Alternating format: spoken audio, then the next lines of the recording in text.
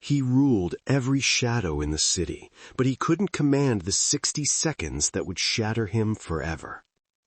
Michael Salvatore, the untouchable Don of New York, made one irreversible choice on the night he thought would crown him king. It wasn't a miscalculation with the Russians. It wasn't weakness in front of his enemies. It was a screen tap on his iPhone.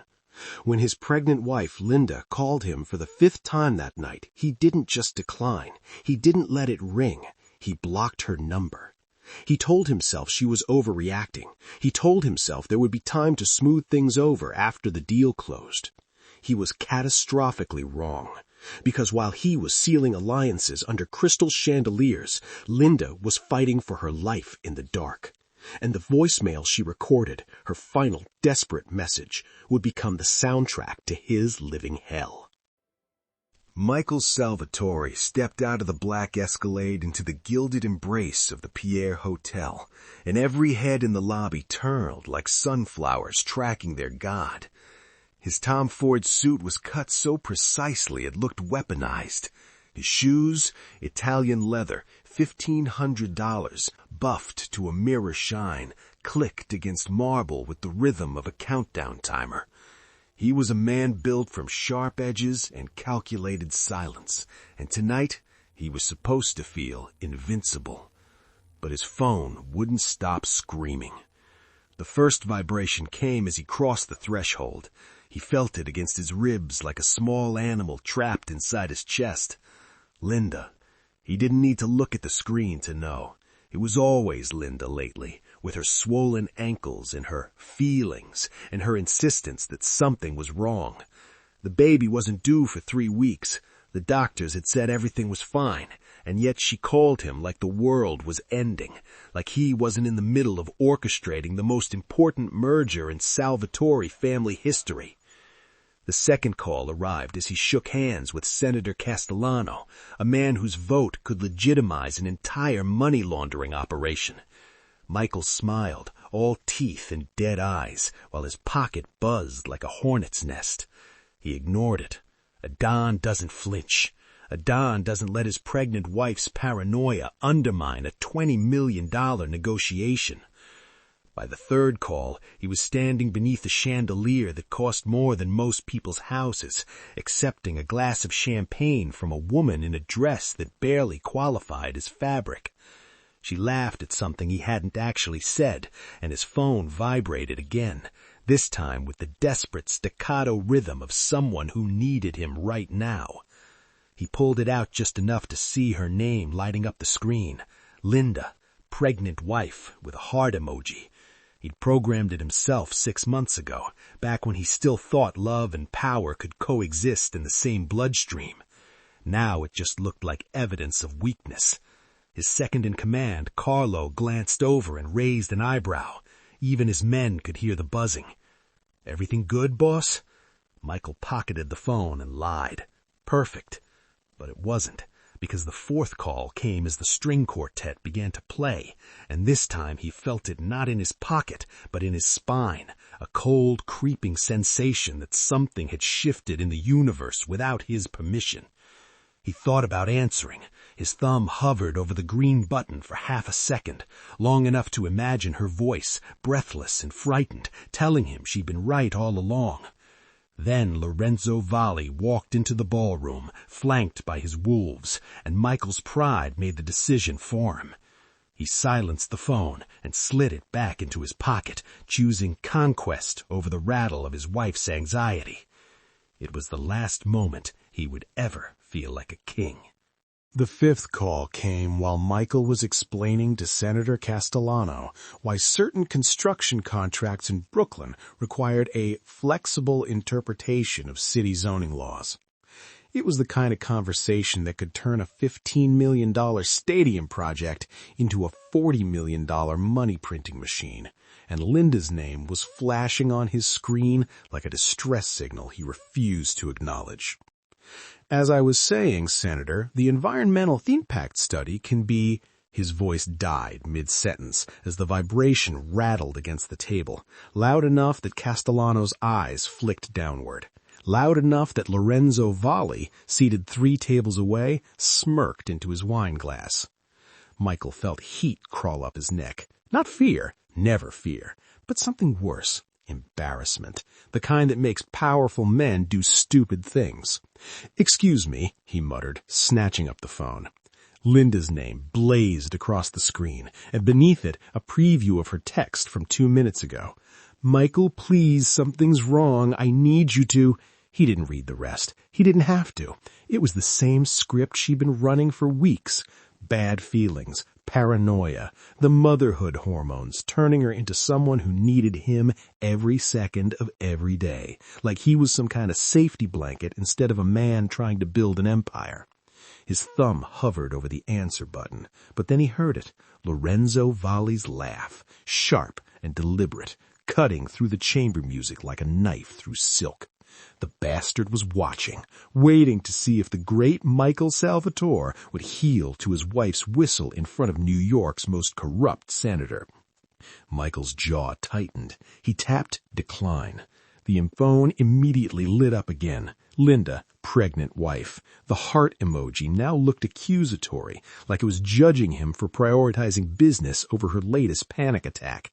She'd been having contractions for weeks that turned out to be nothing, false alarms that sent him racing home only to find her eating ice cream on the couch, apologizing for worrying him. He couldn't afford another false alarm tonight, not when everything he'd spent 15 years building was finally within reach. His thumb moved across the screen with surgical precision. Settings, blocked contacts, add new. He paused for half a second, barely long enough to qualify as hesitation, then tapped Linda's name. Block caller. A small notification appeared. Linda, pregnant wife, will not be able to call or message you. Silence. Beautiful, absolute silence. Michael slid the phone back into his pocket and felt his shoulders relax for the first time all evening. No more buzzing, no more guilt trip texts, no more choosing between the woman carrying his child and the legacy he was cementing into the bedrock of this city. Senator Castellano was staring at him expectantly, waiting for him to finish his pitch. Michael smiled, smooth and cold as a blade fresh from the whetstone. "Where were we, Senator?" He didn't notice Lorenzo Valli checking his own phone and nodding once to someone across the room. He didn't see the man in the service uniform slip out the service entrance. He didn't hear the distant sound of a penthouse alarm being remotely disabled 15 blocks away. He heard nothing but the sound of his victory. The meeting took place in the Pierre's private cigar lounge, a room designed for men who measured their worth in offshore accounts and body counts. Michael sat across from Lorenzo Valli, or the man he believed was Lorenzo Valli, and watched him light a Cuban cigar with the kind of theatrical flourish that made Michael's teeth ache. "To new beginnings," the impostor said, raising a glass of bourbon that cost more per ounce than most people earned in a day. Michael didn't drink. He was studying the man's face, looking for the telltale signs of weakness that would give him leverage in the negotiation. The scar above Lorenzo's left eyebrow was there, the one he'd gotten in a knife fight in Naples 20 years ago. The signet ring was right. The accent was perfect, but something felt wrong in a way Michael couldn't articulate, like a piano played slightly out of tune. "Your men seem nervous tonight," Michael observed, swirling his untouched scotch. The fake Lorenzo smiled. "Your men seem distracted. That phone of yours causing problems?" Michael's hand instinctively went to his pocket, but the phone was blessedly silent. No vibrations, no desperate calls from a wife who couldn't understand that some nights required a man's complete focus. He'd made the right choice blocking her. He could apologize tomorrow with diamonds and a story about cell reception in the hotel. Linda would forgive him. She always did. "No problems," Michael said. "Just securing the future." They talked for 40 minutes about territory divisions and profit-sharing agreements, about which judges could be bought and which needed to be buried. The impostor knew all the right names, all the correct details about past deals and blood feuds. He even knew about the shipment Michael had waiting at the Red Hook container yard, information only Lorenzo's inner circle should have possessed. But he didn't drink his bourbon, not once. He lifted the glass to his lips repeatedly, performing the gesture, but Michael never saw his throat work in a swallow. It was the kind of detail a lesser man would miss, but Michael Salvatore had survived 2 decades in a business where missing details meant waking up dead. "You're not Lorenzo," Michael said quietly. The man's smile never wavered. "Of course I am." "Lorenzo's allergic to bourbon, breaks out in hives, drinks only rye." Michael set down his glass with a soft click that sounded like a gun being cocked. "So either you're an imposter, or Lorenzo's medical records are as fake as this negotiation." The fake Lorenzo's eyes went flat and cold. "Does it matter? The terms are real." "Where is he?" Michael's voice dropped to a whisper that made his bodyguards take a step forward. "Where's the real Lorenzo?" The imposter checked his watch, a Patek Philippe that probably belonged to the man he was impersonating. "By now, I'd say he's about finished with his business." The words landed like ice water in Michael's veins. His hand flew to his pocket, fingers closing around the phone with sudden terrible understanding. He pulled it out and stared at the screen, at the blocked contact notification still sitting there like a gravestone. "What business?" Michael's voice cracked for the first time in 15 years. The imposter stood, straightening his cufflinks. "The kind that requires a husband to be very, very far from home." Michael's hands were shaking as he navigated to his blocked contacts, something he would later realize was the first time in his adult life his body had betrayed him with fear. His bodyguards had already seized the imposter, were already calling for lockdown protocols, but Michael barely registered their movements. The world had narrowed to a 3-inch screen and a single name buried in his settings. Linda, pregnant wife. He tapped unblock contact. The phone came alive like something possessed. Notification after notification flooded the screen in a cascading avalanche of missed calls and undelivered messages, each timestamp a small accusation. 7:32 p.m., 7:38 p.m., 7:41 p.m., 7:43 p.m., 7:46 p.m. 5 calls that his phone had obediently refused to connect, doing exactly what he'd commanded it to do. Then came the texts, loading in rapid succession, each one more desperate than the last. "Michael, something's wrong. Please answer. There's someone in the apartment. Michael, I hear footsteps. I'm hiding in the nursery. Please, please." His vision blurred. The words swam together into a single scream frozen in digital amber. His thumb moved on instinct, opening his voicemail, and there it was. A single message, 3 minutes and 47 seconds long, left at 7:48 p.m. He pressed play. The first sound was breathing, wet, labored, the kind of breathing that comes when lungs are working against damage. Then Linda's voice, barely a whisper, thick with pain and terror. "Michael, I know you blocked me. I know you're angry, but please. They broke the door. I called 911, but they cut the line. There's so much blood. The baby. Michael, the baby's coming." A crash in the background. Linda's sharp intake of breath. Then footsteps. Heavy, deliberate, the sound of boots on hardwood getting closer. I don't know what they want. They're not taking anything. They're just... Oh, God.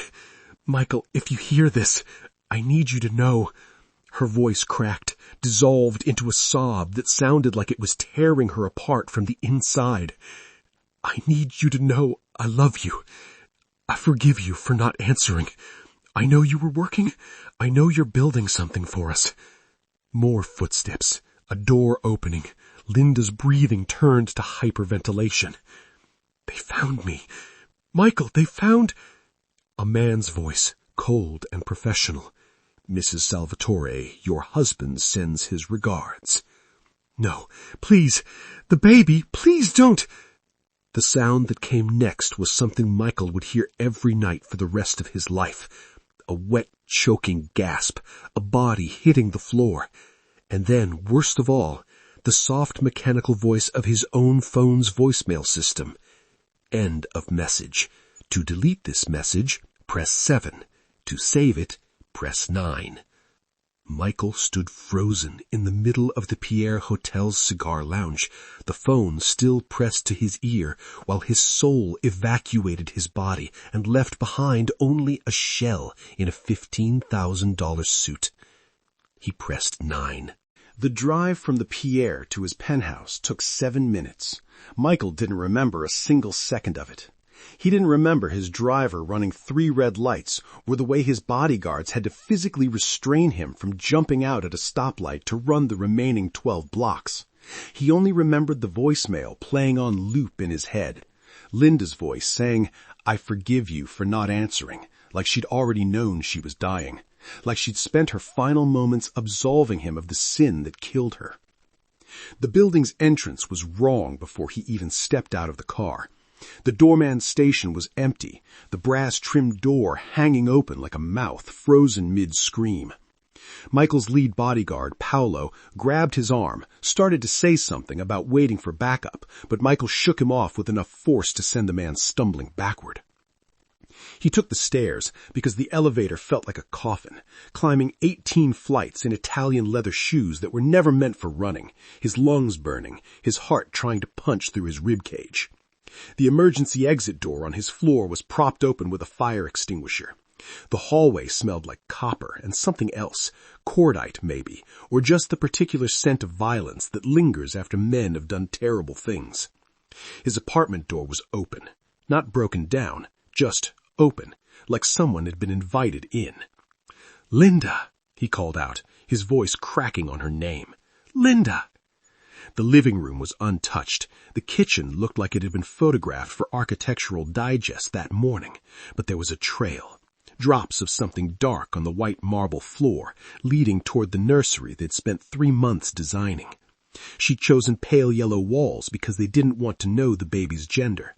She'd made him hang the mobile himself, the one with the little wooden airplanes, because she said their child needed to know its father built things with his hands, not just destroyed them. He found her in the corner, between the crib and the changing table. She was curled on her side, one hand pressed against her swollen belly, the other holding her phone. The screen was still lit, still showing his contact photo, the one she'd taken of him last summer in the Hamptons, back when he used to smile at her like she was the only real thing in his manufactured world.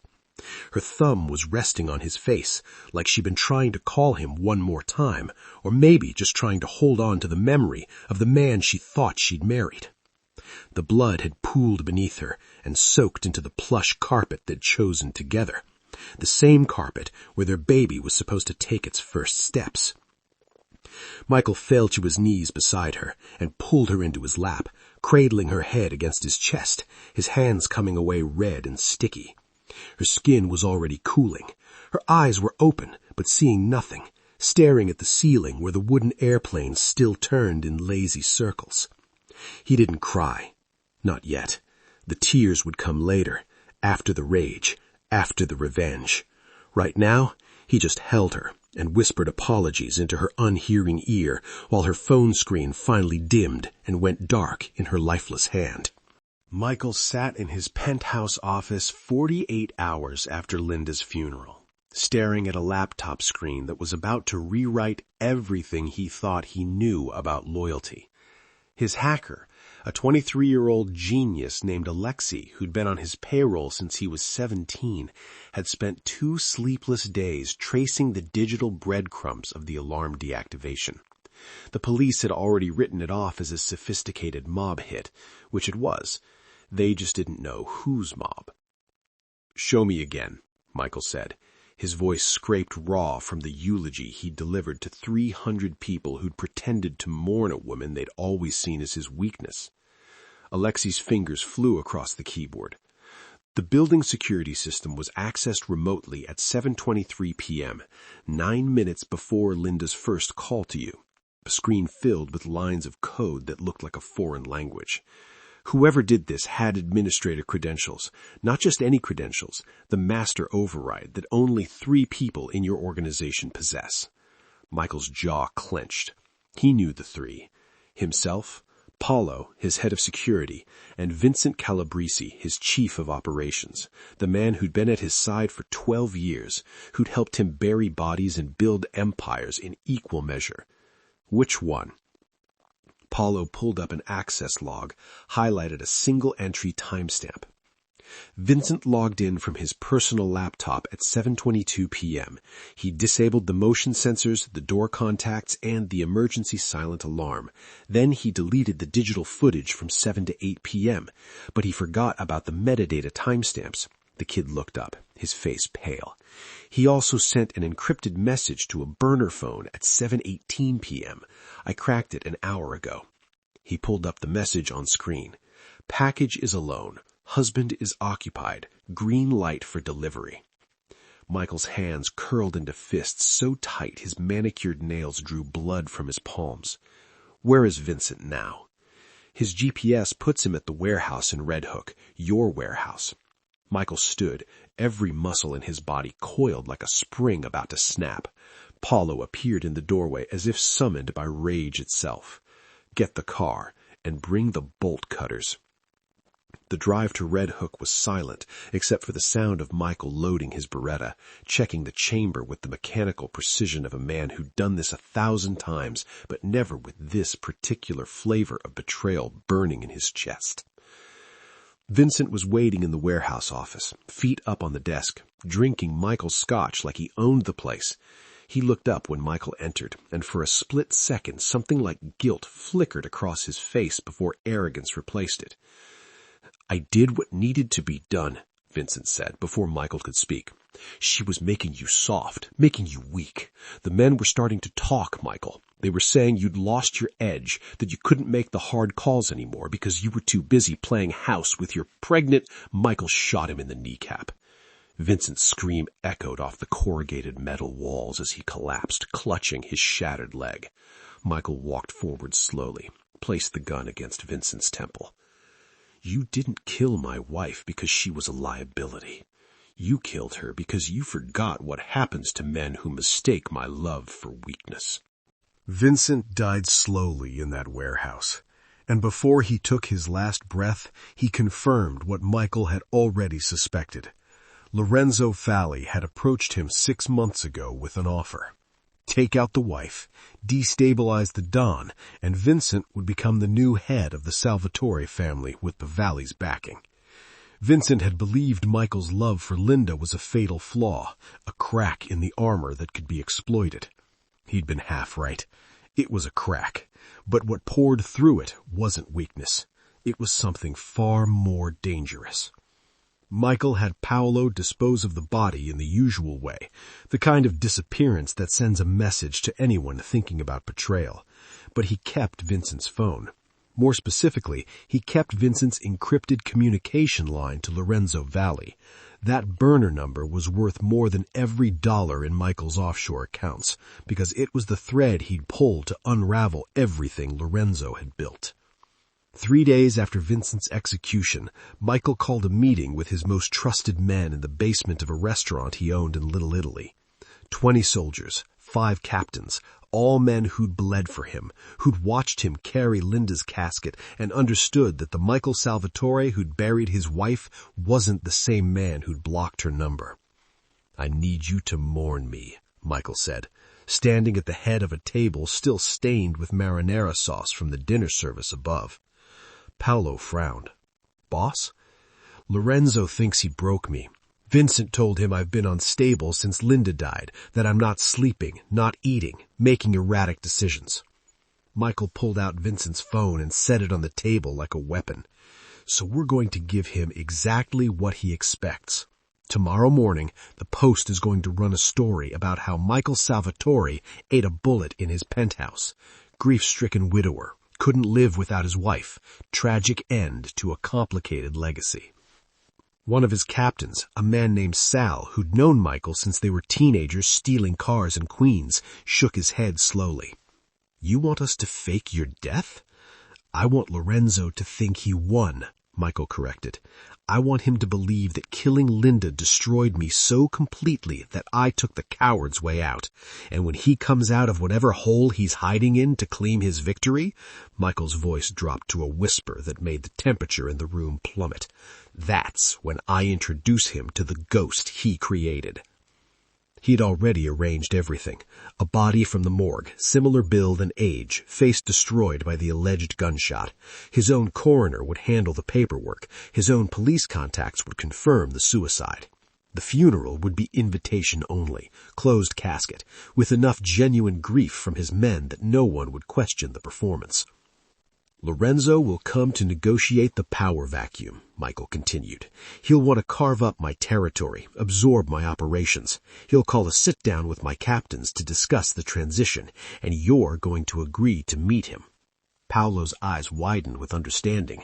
At a location of our choosing. At a location of our choosing, Michael confirmed. Somewhere he feels safe enough to gloat. Somewhere his arrogance will override his caution. He picked up Vincent's phone and turned it over in his hands. And somewhere I can make him listen to 3 minutes and 47 seconds of audio before I send him to hell. The meeting took place in a shuttered restaurant in Chinatown, neutral territory that Lorenzo's people had swept twice for bugs and weapons. Michael watched from a storage room above, peering through a vent in the floor as Lorenzo Valley walked in flanked by 8 of his best soldiers, all of them armed. None of them expecting the dead man crouching 10 feet above their heads. Paolo and the other captains were already seated, playing their parts perfectly, beaten dogs negotiating the terms of their surrender. Lorenzo looked healthier than he had in years, practically glowing with victory as he took his seat at the head of the table like he'd already claimed Michael's throne. "Gentlemen," Lorenzo began, spreading his hands in mock sympathy, "I want you to know I take no pleasure in Michael's death. Suicide is a tragedy, especially for a man of his stature." "Is it, though?" Michael's voice cut through the room like a blade through silk. Every head snapped upward. Every gun came out of every holster. But Michael was already dropping through the vent, landing on the table with his Beretta aimed directly at Lorenzo's skull. His men poured in from the kitchen and the front entrance simultaneously. 20 soldiers materializing from nowhere, weapons drawn, trapping Lorenzo's crew in a kill box they'd walked into willingly. Lorenzo's face drained of color. "You're dead." "I got better," Michael said, stepping down from the table, his shoes leaving prints in the dust. He looked different than he had 2 weeks ago. Thinner, hollow-eyed, like something had been scooped out of him and replaced with cold purpose.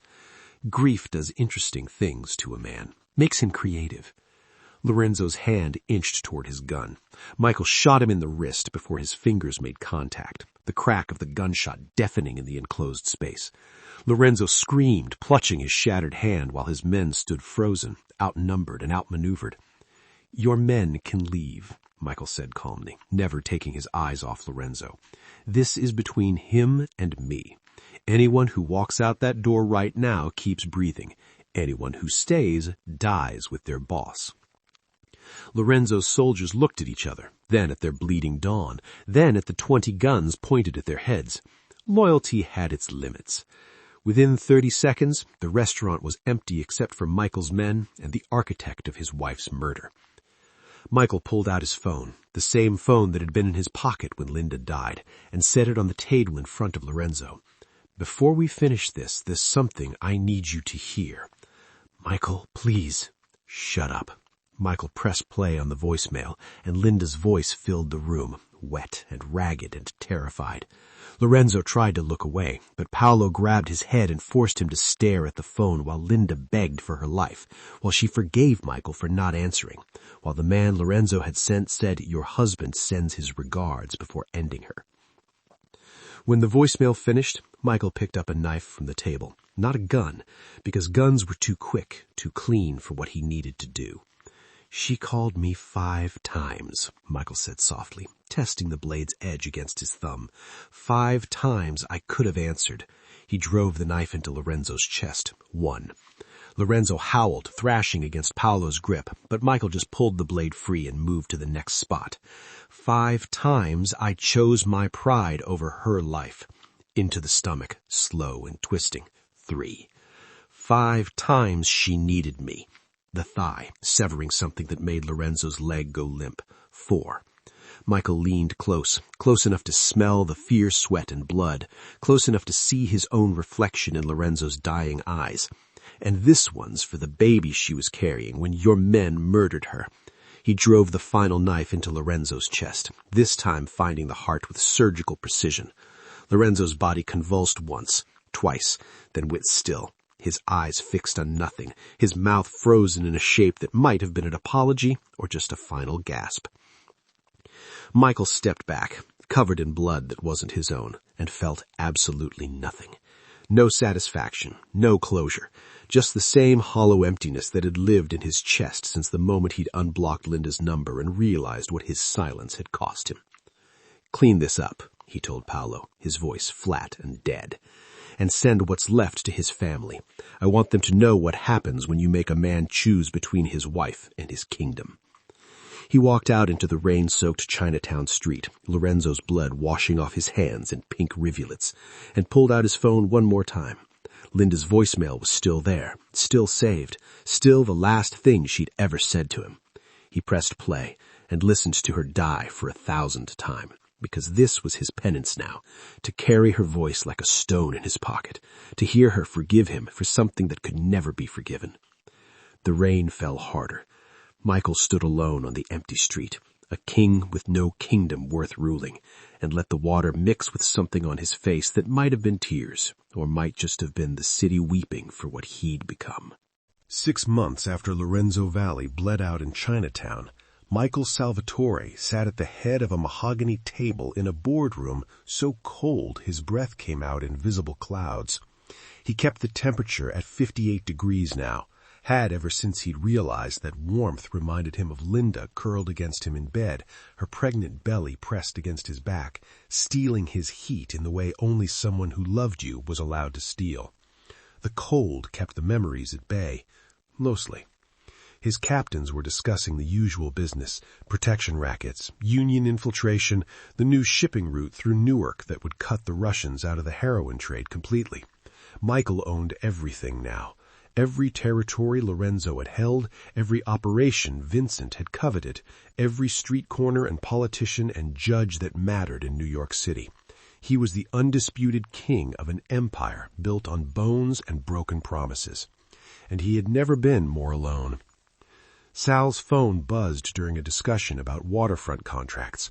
The man glanced at the screen, then looked up at Michael with the hesitation of someone who'd seen what happened when calls went unanswered. "It's my daughter," Sal said quietly. "She's at soccer practice. Can I—" "Answer it," Michael interrupted, his voice sharp enough for Sal to flinch. "Boss?" "Answer the phone, Sal." Sal pressed the green button, his confusion evident. "Hey, sweetie. Yeah, Daddy can pick you up. No, I'm not too busy. Of course I'll bring the orange slices." He looked up at Michael, who was staring at him with an expression that might have been hunger or grief or some terrible combination of both. When Sal hung up, Michael spoke to the entire table, his words carrying the weight of a commandment carved in stone. "New rule. Anyone's kid calls during a meeting, you answer. Anyone's wife says something's wrong, you leave. I don't care if we're negotiating with the governor himself. Family calls get answered. Always." Paolo shifted uncomfortably. "Boss, what if it's during something sensitive?" His hand went to his pocket, where Linda's voicemail still lived on a phone he carried everywhere but never used to call anyone. He played it sometimes late at night in his empty penthouse, surrounded by the nursery furniture he couldn't bring himself to dismantle. The wooden airplane still turned in circles above a crib that would never hold the child who died with her mother. "Then it's during something sensitive," Michael said flatly. "You think the senator cares about your quarterly earnings when he's burying his daughter? You think the contract matters when your son needed you and you weren't there?" His voice cracked, just slightly, just enough to remind everyone in the room that their dawn was held together with scar tissue and spite. "A broken man makes the most lethal mistakes, and I won't have broken men working for me because they made the same choice I did." The silence that followed was suffocating. These men had watched Michael execute Lorenzo with 5 knife wounds, had seen him dismantle the Valley Empire with methodical brutality, had witnessed the transformation of their boss from a ruthless pragmatist into something colder and more dangerous. But this was different. This was Michael legislating his own guilt into policy, turning his regret into rules that would govern how his men lived their lives. From now on, Michael continued, pulling out his own phone and setting it on the table like evidence at a trial, when someone you love calls, you answer, because the deal will still be there tomorrow. The territory will still need managing next week, but the voice on the other end of that call, he looked around the table, meeting each man's eyes in turn, that might be the last time you hear it. Outside the boardroom windows, the city sprawled beneath them, glittering and indifferent, full of people making calls that would or wouldn't be answered, living and dying in the gaps between ringtones.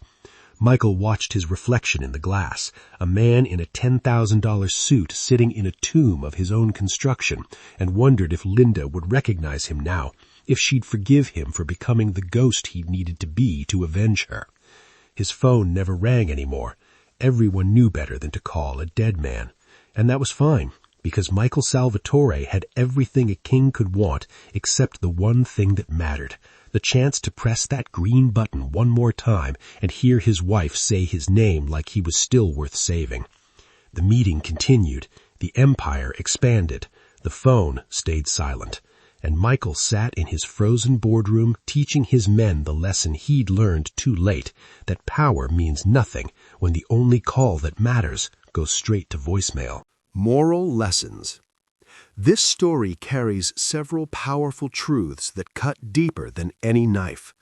Michael had everything: power, respect, an empire, but he lost it all because he let his ego convince him that answering his wife's call would make him look weak. Real strength isn't about appearing invincible to your enemies. It's about being present for the people who need you, even when it's inconvenient. The people we take for granted are often the ones we can't live without. Linda called 5 times, and Michael silenced every single one because he thought he had time to make it right later. But later never came. We assume the people who love us will always be there, waiting for us to finally prioritize them. This story reminds us that tomorrow isn't promised, and "I'm too busy right now" can become "I'm too late" forever. Success means nothing if you sacrifice your soul to achieve it. Michael became the undisputed king of New York, but he ruled over a kingdom of ghosts in a penthouse that felt like a mausoleum.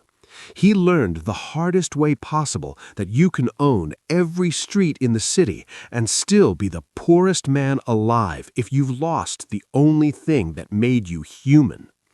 Some mistakes can't be undone, only learned from. Michael couldn't bring Linda back. No amount of revenge, no empire built on her memory could change the fact that he blocked her when she needed him most. But he could make sure his men never made the same fatal choice. Sometimes the only redemption available is making sure others don't repeat your sins. If this story made you feel something, whether it was heartbreak, anger, or a reminder to call someone you love, please hit that like button and subscribe to this channel. Share this story with someone who needs to hear it, someone who's been too busy lately, someone who keeps saying, "I'll call them back later." Leave a comment below telling me, have you ever ignored a call you wish you'd answered? What would you do differently if you could go back? Your engagement helps stories like this reach the people who need them most. So like, subscribe, comment, and share. And after you do, maybe put down your phone and actually call someone you matter. Because Michael Salvatore owned the world, but he couldn't buy back 60 seconds. Don't let that be your story too.